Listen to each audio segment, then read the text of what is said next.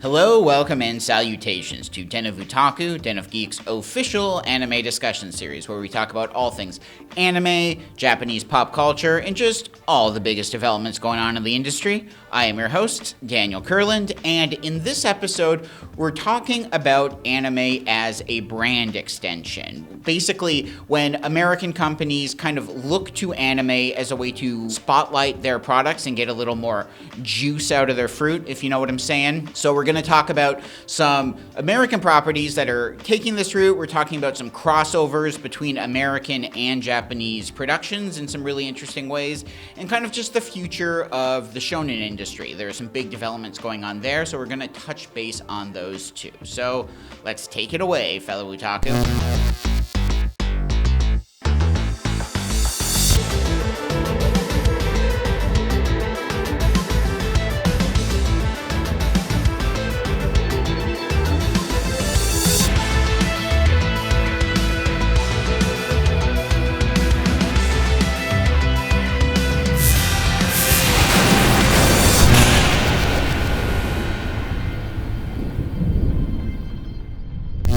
Okay, fellow otaku, what we're talking about to begin with here is anime as brand extension. So basically, there are a lot of American companies and Western properties that are looking specifically to anime as a way to get a little more mileage out of their productions. It's not unusual now to see IP and franchises kind of run everything. If you look at like the top 10 movies of the year, most of those are franchises or, sequels, offshoots, reboots.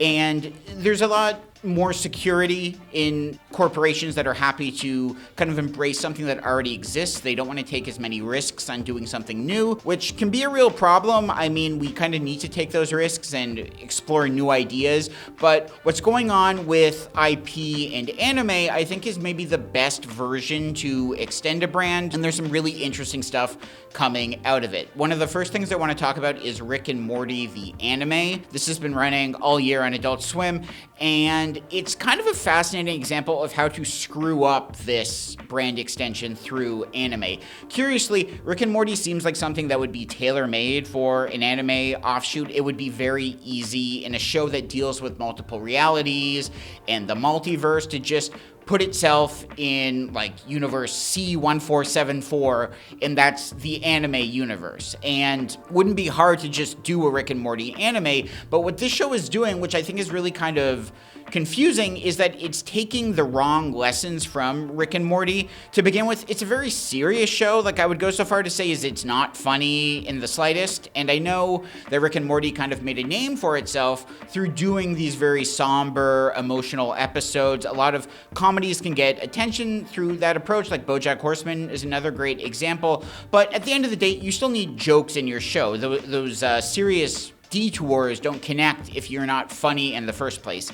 And Rick and Morty, the anime, really doesn't seem interested in telling jokes at all. It also really moves away from the Rick and Morty dynamic. Like, Summer is a bigger character in this show than Morty, which feels like an odd decision. There's a new character, Elle, who's this kind of futuristic girl who exists beyond time. She gets a lot of attention. And it just feels like Rick and Morty, the anime's priorities are kind of all askew. At the same time, it's also a serialized anime, and the idea of doing a serialized Rick and Morty show isn't endemic to a problem. Like, that's not necessarily going to be a failure, but there are so many episodes in Rick and Morty, the anime, that don't feel complete on their own. Like, when they end, you're kind of like, I guess that was an episode of television, but it doesn't really work without the other episodes around it. And I think that's a big problem in something like Rick and Morty that does kind of work as such a successful episodic series. You can get in, get out to very easy effect. This anime is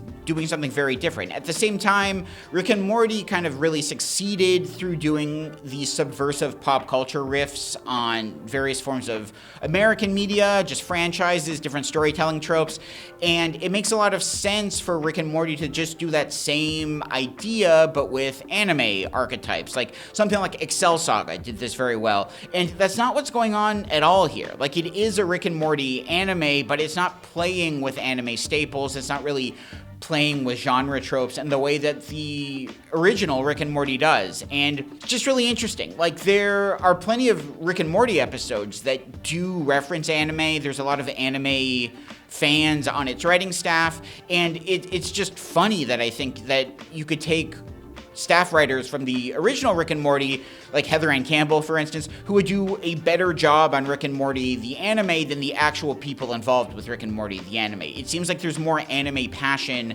in the original Rick and Morty than what's going on here. And Takashi Sano, who's involved with Rick and Morty, the anime, is a great storyteller. He's been involved with some wonderful series like Tower of God, but he just doesn't feel like the right fit here. And so, as exciting as it is to kind of have a Rick and Morty anime series, this is how to do brand extension through anime incorrectly. It's missing the point, and it's really a cautionary tale of that a brand and its audience isn't enough here. You actually have to have a strong idea and concept behind all of that. It's sickening knowing a version of me like you. You don't get to tell me how to live my life!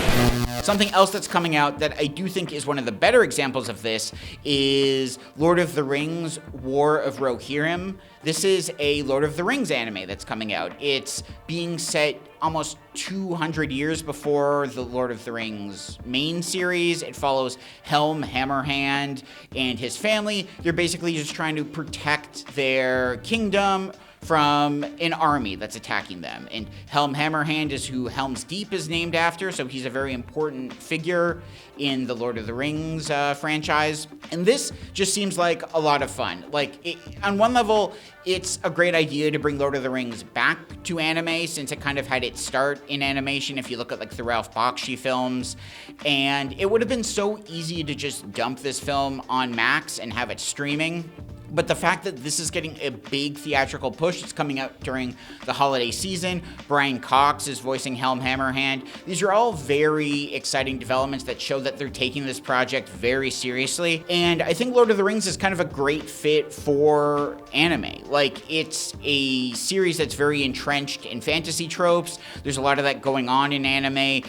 And it's a great way to kind of build upon what Lord of the Rings has established through the heightened nature of animation. And from what's going on in this movie, it seems like a very self-contained standalone story that is exciting if you're a fan of Lord of the Rings broader continuity, but also if you have no idea or interest in any of that, this just works on its own as like a fun fantasy siege story that's really playing into what anime does well. And Lord of the Rings is a Warner Brothers property. We talked previously in Den of Otaku about how Warner Brothers Animation is kind of really making big strides to take its properties and explore them through animation. And Lord of the Rings is one of the bigger examples of this, and I think a great example of what Warner Brothers Animation is doing and how to succeed. Kind of ironically, Rick and Morty, the anime, kind of also fits into that spectrum, since Adult Swim is now owned by Warner Brothers, but Lord of the Rings, War of Rohirrim is doing this really well, and if it succeeds, I don't think it's hard to get more Lord of the Rings anime, just more franchises that are in a similar vein coming to life in anime, and I think that's really cool. You think I am afraid of you?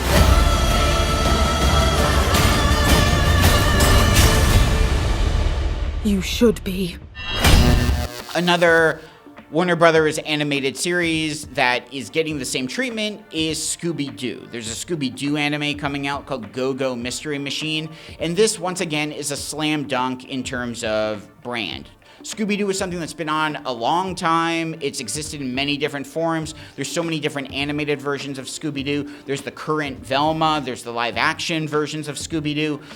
People love this property regardless of the form it's in, and it makes a lot of sense to then take that and turn it into an anime. And what I love about Go-Go Mystery Machine is that it's not just a Scooby-Doo anime, but that it's a Scooby-Doo anime that is telling an explicitly Japanese story. Very much in the same vein as what Terminator Zero did with its take on Terminator. It wasn't just a Terminator anime, it's a Terminator anime about Japan. And so Go-Go Mystery Machine has Shaggy and Scooby-Doo going on a trip to Japan. They accidentally unleash a bunch of mysterious mythical creatures, and then they have to rely on Scooby's uncle, Daisuke-Doo, as well as a magical entity named Etsuko and a tech whiz named Toshiro to kind of help them solve this problem. And so that's a story that feels kind of similar to the 13 Ghosts of Scooby-Doo, but in this case, I'm sure the creatures that are unleashed are going to be very in line with Japanese mythology. You're probably going to be seeing Oni, yokai, kappa, things like that. On face value, something like revealing that Scooby-Doo has a Japanese uncle named Daisuke-Doo is stupid. That is ridiculous. That shouldn't make any sense. But that's just fun. It's fun at the end of the day, and that's kind of what these Japanese brand extensions should be doing. They shouldn't be afraid to take fun risks like that and just have some fun. And so I think a Scooby-Doo anime makes a lot of sense. I think they're going about it in the right manner, and it should be just exciting to see what comes out of that. And to kind of just put a bow on all of this, Suicide Squad Isekai is the other Warner Brothers animation property. We spoke about it earlier on Den of Otaku, but now the full season has come and gone, and I thought it would be good to kind of just touch base on what it accomplished as a show. This turned out to be one of my favorite anime of the season. It does such a good job lampooning isekai and fantasy tropes, but also it's just such like a touching love letter to DC, specifically the Suicide Squad brand. It feels very indebted to both David Ayer and James Gunn's takes on Suicide Squad, what they did with Harley Quinn, King Shark, Clayface. Clayface in particular is really excellent in this show, and it's just feels like a fun way to celebrate these characters, this universe, and give it like a new coat of paint. And it really stuck the landing. It's a fun show that if you've never watched Suicide Squad before, there's still a lot to appreciate in this. And it kind of sets itself up for a sequel. Clearly, they're planning to do more of it, so hopefully they'll have that chance. But Suicide Squad Isekai is another just great, risky venture that really turned out well for Warner Brothers, I think. So hopefully we're going to be seeing more of it. Hopefully we're going to be seeing more Warner Brothers animated properties, and it's just a fun kind of direction that anime is moving right now, or at least what I'm recognizing. 死んでもかなわない犯罪者の部隊スーサイドスクワッドが To kind of piggyback on that point, something similar that's been going on is a lot of American properties that are doing crossovers with anime and manga. Something that just got announced fairly recently is a 4-issue collaboration between IDW Publishing and Viz Media that's going to be a Naruto and Ninja Turtles crossover. I think that's a great idea. I think that's so much fun. People are already excited to see how a bunch of Naruto characters are going to coexist with Ninja Turtle characters. And there's really limitless possibilities when you mesh these worlds together. And as exciting as a Naruto and Ninja Turtles collaboration is, it's not the first time that this kind of crossover has gone on. Previously, there was Ultraman Along Came a Spider, which is Spider-Man and Dr. Doom getting taken to the Ultraman universe. First off, Spider-Man and Dr. Doom, to begin with, are fun characters to put together, but then to put them out of their comfort zones and in Ultraman's universe is so much fun. Dr. Doom wants to steal the Giant of Light and is like using a kaiju army to accomplish his goal. And it's just a really fun way to recontextualize these characters, perhaps introduce people to Ultraman through characters that they are familiar with. And Ultraman has really become popular in this sense. There's also Ultraman X Avengers, which does the same thing. There's been Attack on Avengers, which is Attack on Titan crossing over with Avengers. There was recently Deadpool Samurai, which is like a manga take on Deadpool. All Might from My Hero Academia showed up in that, and I just think this is so cool and fun. There are a lot of manga that are directly inspired by Marvel and DC properties, so it's always kind of cool when you can stop making that stuff subtext and actually have these worlds collide and coexist. There's a lot of fun cross-pollination there, whether it's like American writers who are then giving their take on manga, or it's taking Japanese writers who are then trying to explore Marvel and DC characters that they normally wouldn't get the opportunity to do so with, like Suicide Squad Isekai really nails that dynamic too.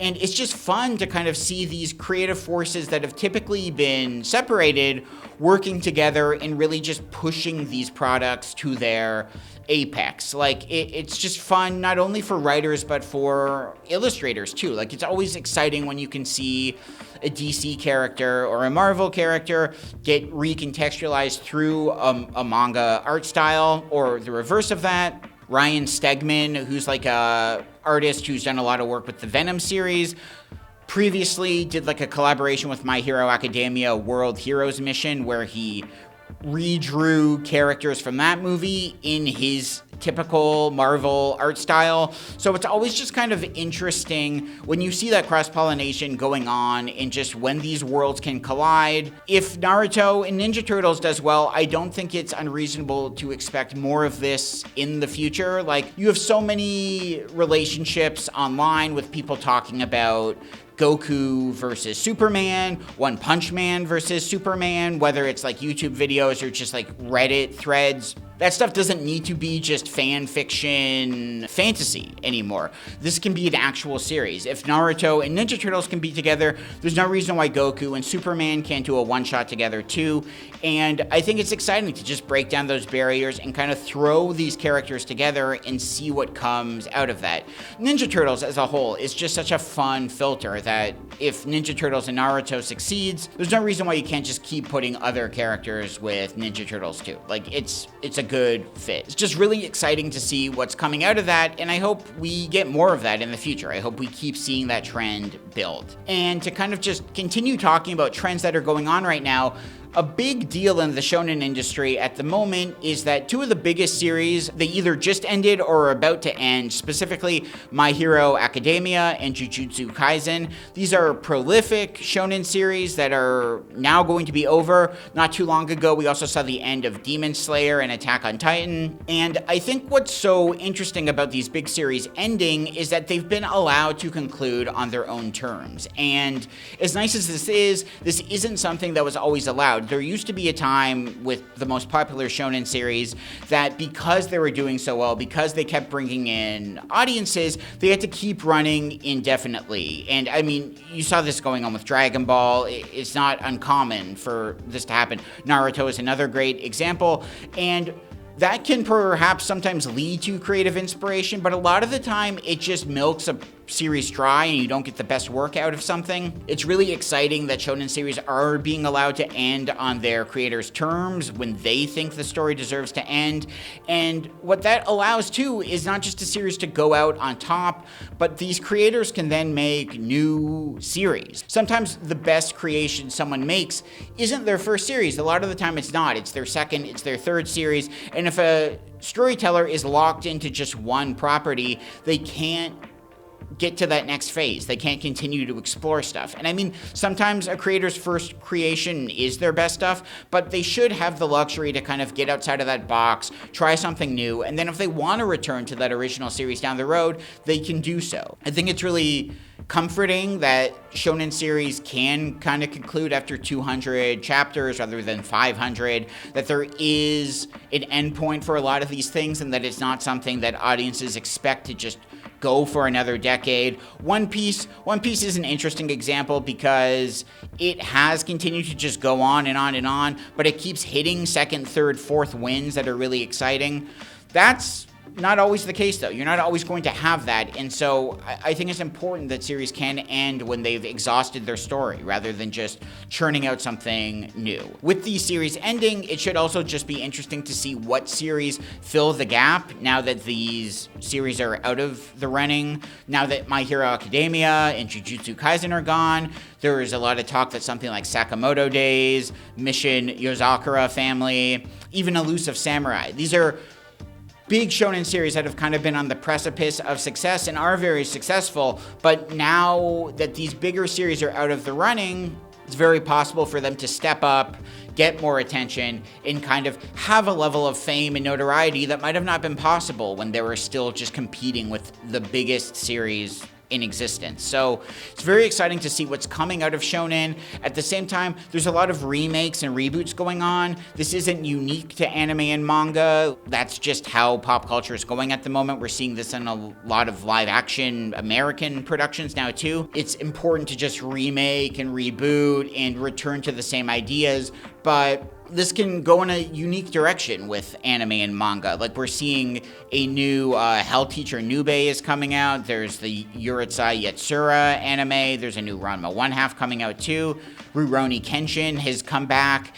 And it's interesting to see if these reboots and remakes of old series are as successful as the original versions, if they can connect with modern audiences on a wider scale than what was previously possible. And just these remakes, in addition to the biggest shonen titles ending, is just pushing that whole genre in an interesting place. And I think that's really exciting. And do you hear that, fellow otaku? Yeah, if I'm not mistaken, that's time for another installment of Release the Hounds.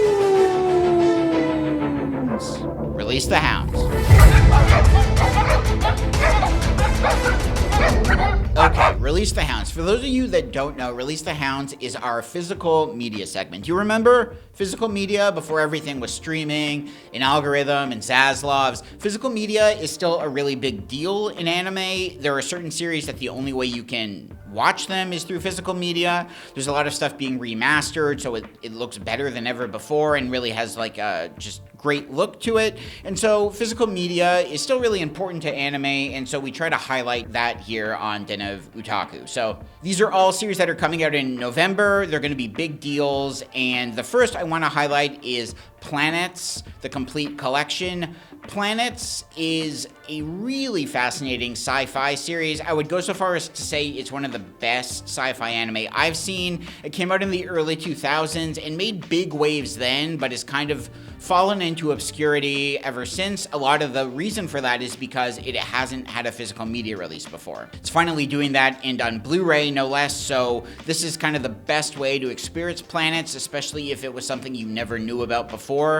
It's set in the near distant future at a point where kind of space travel has become so prevalent. There's now just a lot of debris in space.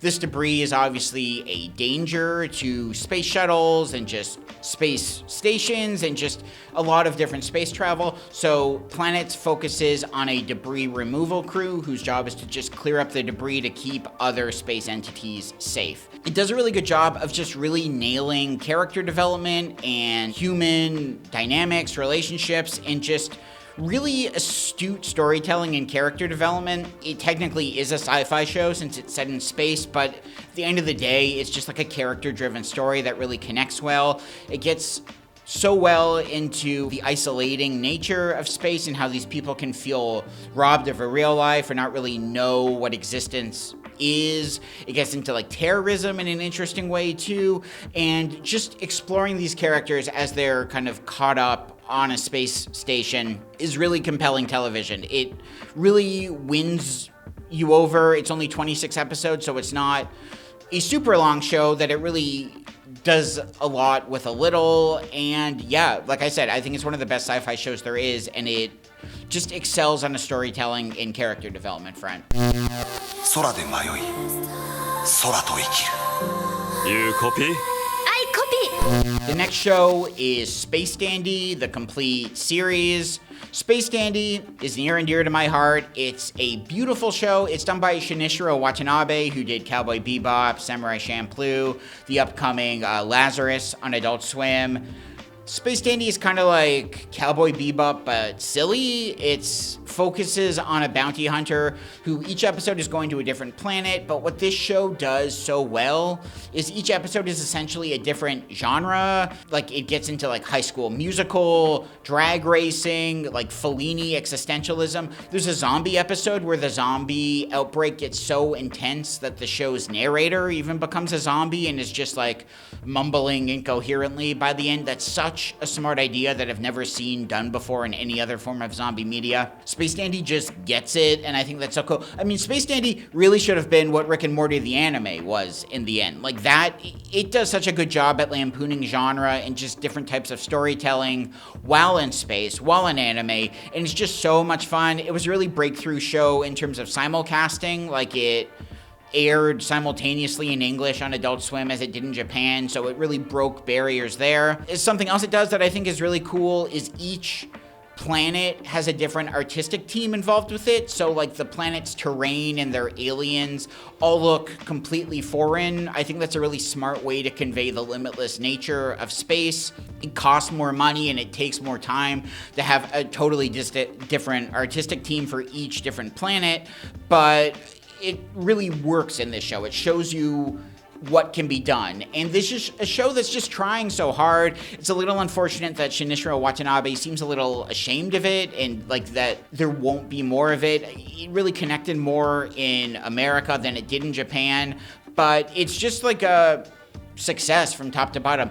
It really works well as an episodic series, but in the end it kind of ties everything together with this like string theory narrative that's so smart that if you want to just check out a few episodes, you can do that without being bogged down in exposition or backstory. But at the same time, if you do watch the whole thing, it does tie everything together in a way that's really satisfying. In Space Dandy, its previous Blu-ray set was out of print, so now it's finally available again. So I know this is something that people wanted for a long time, but couldn't get it. So it's exciting that Space Dandy is getting this bigger push. If you buy this set, maybe it'll become more popular. Maybe they'll make more Space Dandy. I don't know. But regardless, it's a show that needs to be seen. It's one of my favorite anime and just excels in every department of what it's doing. These are the spectacular adventures of Space Dandy and his brave space crew in space. And the last series we want to highlight on Release the Hounds is Parasite the Maxim, the complete collection, Blu-ray Steelbook. Parasite the Maxim is a great kind of twist on the alien invasion narrative. All these aliens land to Earth, they co-opt people in like a body snatcher way, become these really horrific body horror monstrosities. It's something that like is very Junji Ito in nature. It focuses on a teenager, Shinichi, who has one of these aliens inhabit his hand. It's just his hand that becomes an alien, and it becomes this like really endearing like buddy comedy story between Shinichi and Migi, the alien in his hand. The two of them work together to kind of overcome this alien invasion, and it's really just a beautiful kind of way to tell an alien invasion story. It is horror, it's science fiction, it's action, but again, it really comes down to character in the end in a way that's really satisfying and beautiful. So this is the whole series. It's not overly long. You get a really succinct version of this alien invasion series. And Parasite is a series that they still keep trying to find new things to do with. So it's very possible there might be more Parasite in the future, but this is the complete series as it stands, and just a great way to check out a really interesting horror sci-fi alien series. So once again, for Release the Hounds, we have Planets, the complete collection, we have Space Dandy, the complete series, and we have Parasite the Maxim, the complete collection, all on Blu-ray.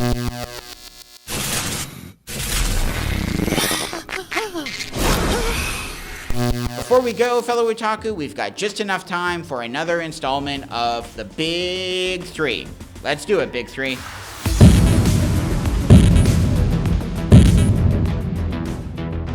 The Big Three, there is so much anime out there, it's easy to lose track of stuff. I can't stay on top of everything, you can't stay on top of everything. It's easy for shows to slip through the cracks. So the Big Three is just our way of kind of putting a spotlight on 3 shows that we think are worth your time, whether they're new, whether they're old, whether they're middle. We want to celebrate them. So the first show we want to talk about on the Big Three is Monogatari Off and Monster Season. This is a new show that's been airing. The Monogatari franchise is really fascinating if you've never seen it before. On its surface level, it's about a third-year high schooler, Kiyomi, who kind of survives a vampire attack and then helps all these other girls that have been subjected to supernatural events, whether those are like vampires, spirits, just demons in general. But Monogatari, often monster season, kind of gets away from Kayomi and just fills in different gaps in the franchise. It's a non-linear approach to just more episodic storytelling.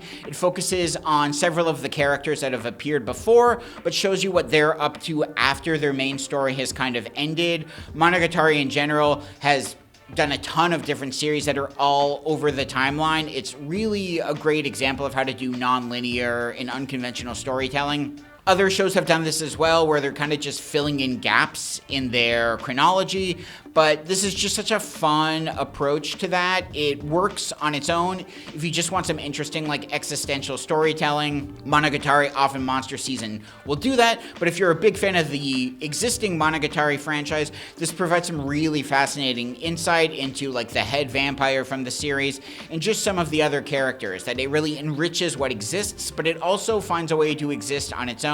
Monogatari is done by Shaft, which is one of, like, the best animation studios in the business. They really know how to just bombard you with exciting visuals and, like, stream of consciousness storytelling that's just exciting to experience. If you've never seen a Shaft show before, Monogatari is a great entry point for that. So Monogatari, often monster season. 約束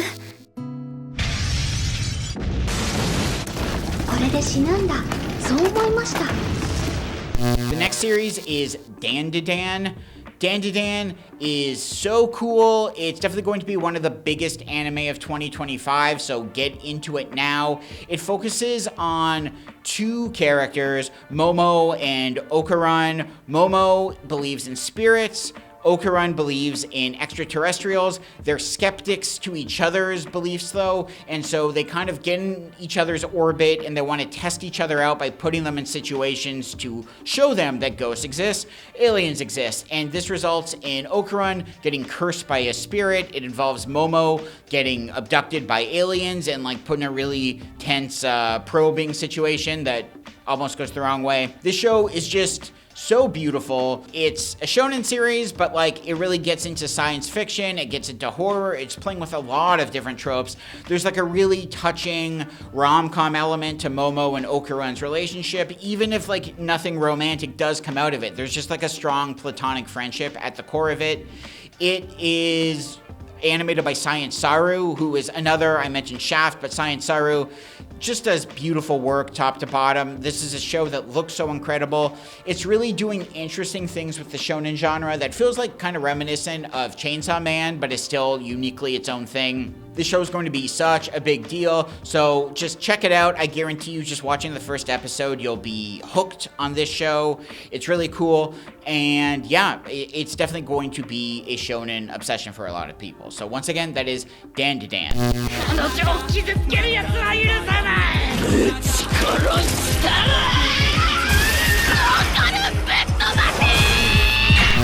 And the last show for Big 3 we want to highlight is Ranma 1/2. Ranma 1/2 was a huge anime that was kind of emblematic of late 80s, early 90s. A new remake is coming out by MAPPA. Again, another anime legend, Shaft, Science Saru, MAPPA. That's as good as it gets with these companies. But Ranma 1/2, it should be very interesting to see what a modern remake of that encourages. I know there's a lot of new anime fans that don't have any idea about Ranma 1/2, but it was such a really totemic title back during the early 90s. It was one of the first anime to get, like, a prominent dub, and it really opened doors in that sense. It is another shonen series that has such a fun, farcical take. It's done by Rumiko Takahashi, who has a really good flair of telling shonen stories that also have a romantic bend to them. She did Inuyasha, Maison Ikoku, Urusei Yatsura. Those are all Takahashi properties, and they're just really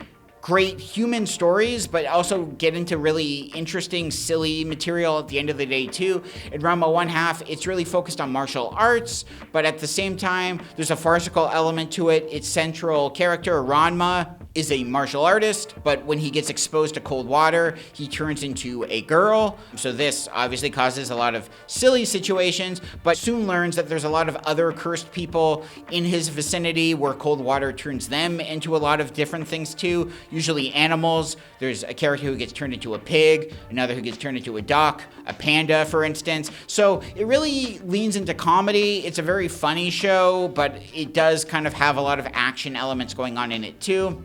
I've seen a few episodes of the new remake, and it does a really good job of capturing the energy of the original, but also kind of updating the visuals and doing a lot of fun new stuff with it. It doesn't look like it's just going to be a carbon copy of the original, and the original Ranma 1/2 didn't get to complete its manga in anime form, so hopefully if this is a success, it will get to adapt the entire series. But at the same time, if it doesn't, it's just doing some fun new things. So if you love the original Ranma 1/2, this is the show you should check out. If you haven't seen the original Ranma 1/2, this is a good way to get a modern version of what's going on, and if you love it, check out the original too. It still exists. This isn't erasing that in any sense. So it's a fun, exciting show. I think it'll be exciting to see if it succeeds what other 80s and 90s remakes we're going to be seeing in the coming years too. So once again, for the big three, we have Monogatari off in Monster Season, we have Dandan, and we have Ranma 1/2 the reboot.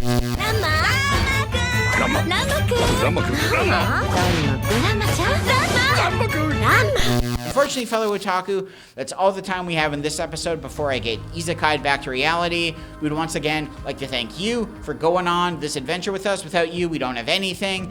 And yeah, just thank you for going on this ride. We'll see you later, Space Cowboys.